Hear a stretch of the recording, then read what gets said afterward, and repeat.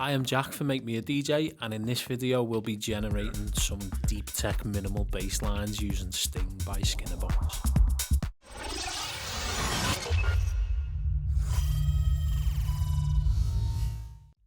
So Sting by Skinnerbox is basically a 303 acid line generator. It's predominantly used for acid synths, sequencing bass lines and acid lines. We're going to be using it to make bass lines for a deep tech minimal style track. And don't forget as well, this is actually a free Max for Live device, so I'm going to pop the link down in the description for you to go and grab straight after the video. So as you can hear in the background, it actually sounds kind of cool, so let's dive in and take a little bit of a closer look. So just quickly before we kick things off, I'm going to ask you to subscribe to the channel and hit that little bell icon as well, which means you'll just get a notification every time we upload a new video. Don't forget that we are a music school which is based in Manchester, and we actually offer one-to-one sessions for anyone who wants to up their game for DJing and music production as well. And you can book in with me via the website. Don't forget to check it out at makemeadj.com.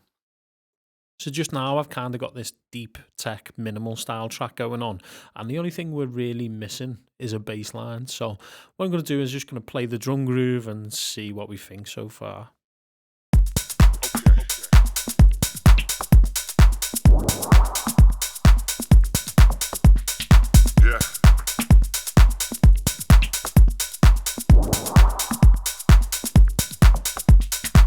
Okay, cool. So we're definitely missing a bass line. So what I'm going to do is I'm going to insert a new MIDI track straight away. And I'm just going to grab a bass out of a sample pack. And this one is already in C, which is fine. If it's ever not in C and it's not in key, you can always just tune it back if you need to, using a transpose function. So what I'm going to do is I'm going to use Sting from Skinnerbox. And as you can see, it looks a bit weird. It's got a bit of a smiley face. It's kind of an acid sequencer pretty much. But if we click it, we can just randomize some patterns and just give it a bit of a play.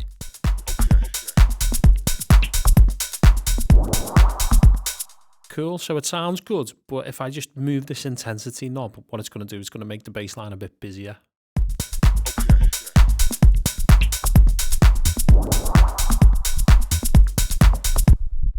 Okay, so all sounds good so far, but I'm just going to lift the transpose up by 12 semitones just to get it to sit a little bit better. And that sounding a little bit better now.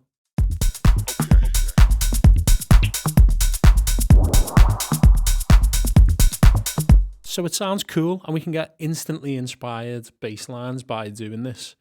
What I'm going to do is just drop a scale down on here, set it to minor, and put it in F because that's the scale I'm working in.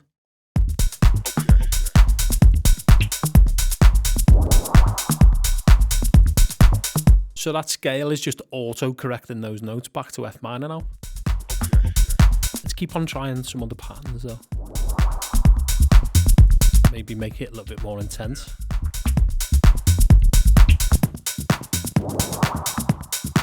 That's sounding nice. Yeah. I'm just going to create a little bit of a transition. Yeah.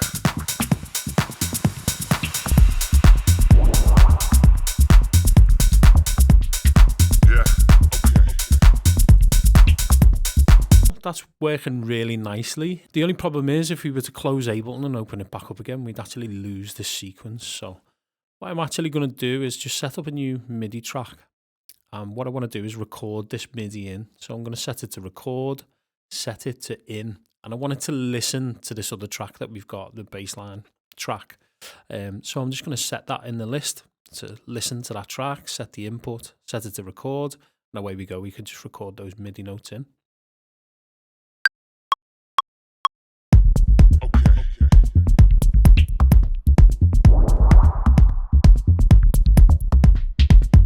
And there you go, you can see it's just recorded all of those notes in there now. So what I can do is drag this back into our bassline track, and now we just need to turn off the sequencer so it doesn't randomize a pattern anymore.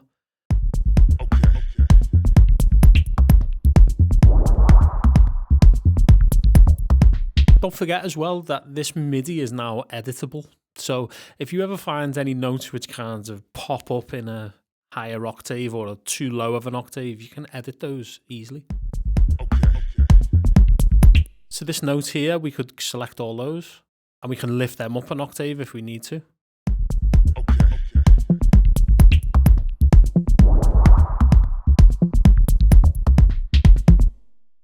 Maybe I'll drop those back down actually, and I'll do that just by selecting them, holding shift and pressing down on the keyboard.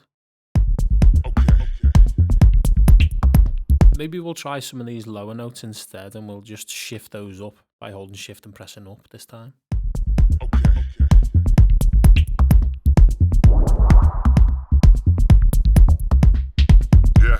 For me, that seems to sit a bit nicer, but you can do this to your own taste.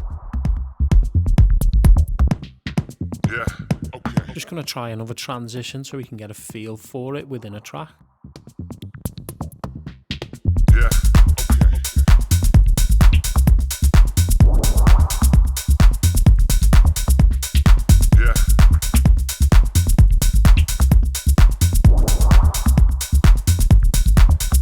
So the sequencer itself has a few little functions worth checking out. You've seen me moving this intensity knob up and down, but also it's got a swing function, but we can apply our own swing as well if we want, just by going straight back to the MIDI clip, and I've already got one selected from my groove pool just here, which I'm going to select.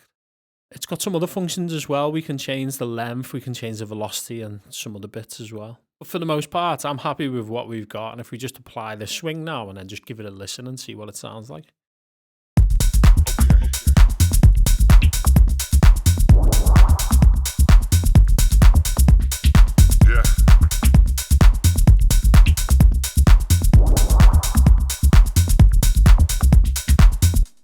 So there you go, quick and easy way to get bass lines written using Sting by Skinnerbox.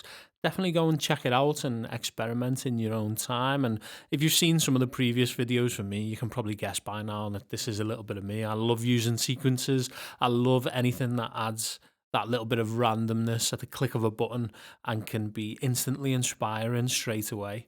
So yeah, hopefully you've enjoyed this video today, and we'll see you again soon. Take care.